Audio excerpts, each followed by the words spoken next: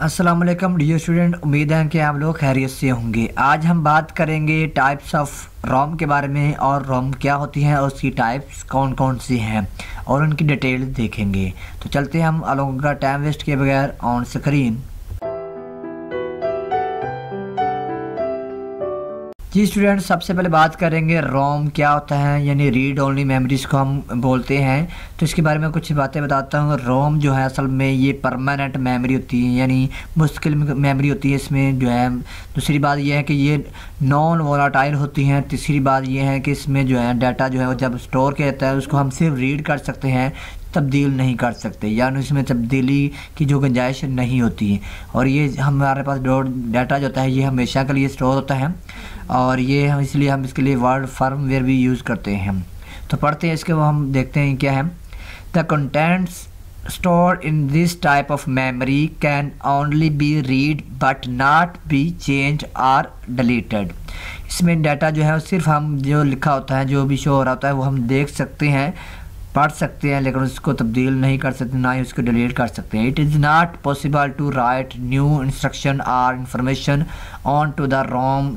This is the reason why it is called read only memory. चूँकि इसमें data जो है वो तब्दील नहीं कर सकते, ना ही मुमकिन है, इसलिए हम इसको कहते हैं कि ये रीड ओनली मेमोरी, यानी इसमें सिर्फ हम पढ़ सकते हैं इस मेमोरी को। उसके बाद है ROM stores data and instruction permanently. Data जो होता है या कोई हदायत जो होती हैं उसको फिर वो मुस्तकिल मिजाज के तौर पर मतलब स्टोर होता है। When the power is turned off the instruction stored in ROM can not be lost. हमने बात की थी रैम के बारे में, तो रैम में हमें लगा जैसे ही बिजली ऑफ होती है, सिस्टम ऑफ होता है, तो जो भी डाटा होता था वो स्टोर ज़ाया हो जाता था। लेकिन इसमें जो है डाटा जो है वो ज़ाया नहीं होगा, बल्कि वो वैसे ही स्टोर रहेगा। जैसे दोबारा हम ऑन करेंगे सिस्टम वो वैसे ही हमें नज़र आएगा। The ROM is there for non volatile memory, इसलिए हम इसको नॉन वोलाटाइल कहते हैं। The data and instruction are written on into the ROM chip at the time of its manufacturing। जैसे ही जो रोम बनाई जाती हैं तो उसके दौरान जब प्रोग्रामर जो होता है या जो डेवलपर होता है या मैन्युफैक्चरर जो होता है वो इसके अंदर चिप के अंदर जो है स्टोर करता है, जो इन्फॉर्मेशन स्टोर करता है वो उस वक्त होती हैं, बाद में इसकी तब्दीली नहीं होती। The program store in ROM are called firmwares. तो जो प्रोग्राम उस चिप के अंदर स्टोर किया तो उसको हम फर्मवेयर कहते हैं, यानी जो तब्दील ना किया जा सके। उसके बाद हम बात करेंगे usually the set of instruction stored in ROM are called basic input output system. तो इसके अंदर जो है बायोस हम कहते हैं, जो मतलब जो कुछ इंस्ट्रक्शन जो स्टोर होती है उसको हम बायोस शार्ट बोलते हैं। बेसिक इनपुट आउटपुट सिस्टम होता है। It perform the following function during the booting process of the computer. Booting process से मुराद होता है जब सिस्टम ऑन हो रहा हो तो कौन कौन से ये काम करता है। बेसिक इनपुट आउटपुट सिस्टम क्या करता है? Number 1, check different units of the computer system, मतलब जो उनके साथ चीज़ें अटैच हैं वो सारी चीज़ों को देखता है क्या प्रॉपरली लगी हुई हैं। Load the operating system on to the computer memory, और उसने ऑपरेटिंग सिस्टम को लोड करना होता है मेमोरी के साथ। Many other devices also contains ROM chip. बेशुमार अदर जो है हमारे पास डिवाइसेस जैसा कि मोबाइल्स हैं, ठीक है, मुख्तलिफ और चीज़ें, प्रिंटर वगैरह हैं, उनके अंदर भी ये चिप लगी होती है। For example a printer has a ROM chip and that contains data और इंफॉर्मेशन फॉर फाउंड। जो इसमें डाटा जो है फाउंड के हवाले से स्टोर होता है। You can say that each electronic device, हम ये कह सकते हैं कि हर जो इलेक्ट्रॉनिक डिवाइस है वो उसमें रोम चिप होती है, उसके बगैर जो है गुजारा नहीं है। तो हम कहते हैं each electronics device has ROM chip that contains information about that device, और उसमें इंफॉर्मेशन उस डिवाइस के मुतल्लिक़ ही होती है। जी हाँ, नेक्स्ट हम बात करेंगे टाइप्स ऑफ रैम के बारे में।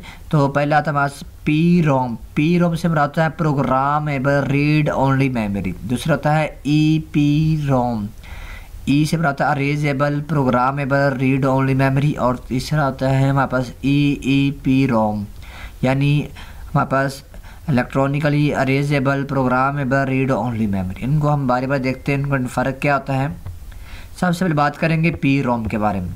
PROM stand for Programmable Read Only Memory. This form of ROM is initially blank. शुरू में ये खाली होती हैं. The user or manufacturer can write its own program and data in it by using some special devices. तो जो user होता है, जो मैन्युफैक्चरर होता है, जो बनाने वाला होता है रोम को, तो वो पहले ये ब्लैंक होती है, उसमें फिर ये डाटा जो है वो ऐड करता है डिवाइस की मुख्तलिफ डिवाइसेस को यूज़ करते हुए. However, ताहम once the program or data is written in PROM chip, it cannot be changed or altered. PROM में अगर एक दफ़ा डाटा लिखा गया तो फिर इसको तब्दील करना बहुत ही मुश्किल है, ना होने के बराबर है. If there is an error in writing instruction or data in PROM, the error cannot be erased. For example instruction के दौरान कोई एरर हो गया, मतलब स्पेलिंग की मिस्टेक हो गई है और बाद में उसको हम तब्दील नहीं कर सकते जब लिखा जाए, तो the PROM chip becomes unusable. तो जो हमारे पास PROM जो होती है वो unusable हो जाती है क्योंकि उसमें डाटे में एरर होने की वजह से. नेक्स्ट आ चुकी है हमारे पास EEPROM, सॉरी EPROM आ चुका है हमारे पास. तो EPROM क्या होता है हमारे पास? EPROM होता है stand for erasable programmable read only memory. It is another important type of ROM like PROM. It is initially blank. ये भी बिल्कुल PROM की तरह होती हैं और ये भी शुरू में जो है खाली होती हैं. द यूज़र और manufacturer can write its own program और data by using some special devices. ये कुछ डिवाइसेस को, स्पेशल डिवाइसेस को यूज़ करते हुए जो प्रोग्रामर होता है या मैन्युफैक्चरर होता है उसमें ऐड करता है. Unlike लेकिन PROM, the data written in PROM chip can be erased by using special devices and ultraviolet rays. लेकिन इसमें डाटा हम जो है रेज कर सकते हैं, जो EPROM होती है, जो हम जिसमें स्पेशल डिवाइस यूज़ करके या अल्ट्रावायलेट रेज को इस्तेमाल करके डाटा रेज किया जा सकता है. सो द प्रोग्राम और data return in EPROM chip can be changed and new data can also be added. तो इसका मतलब फिर ये हो गया, जो हमारे पास EPROM होती है इसमें चिप के अंदर जो है डाटे को हम तब्दील कर सकते हैं और नया डाटा ऐड भी कर सकते हैं. When EPROM is in use, जैसे ही EPROM यूज़ होती है, it contents can only be read. लेकिन जब यूज़ हो रही हो तब इसका डाटा सिर्फ हम रीड कर सकते हैं, तब्दील नहीं कर सकते. लास्ट आ गया हमारे पास EEPROM. EEPROM stand for electronically erasable programmable read-only memory. This kind of ROM can be written or changed with the help of electrical devices.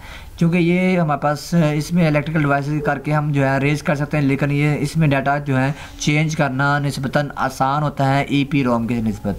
So data store in this type of ROM chip can be easily modified. Modified मतलब होता है change करना, तब्दील करना या इसमें नया data add करना. जी दोस्तों, ये थी हमारे पास टाइप्स ऑफ ये थी हमारे पास टाइप्स ऑफ ROM और उसकी ROM के बारे में मैंने डिस्कस किया था. उम्मीद है कि आप लोगों को समझ आ चुकी होंगी. इंशाल्लाह जल्द हाज़िर होंगे एक नए लेक्चर के साथ.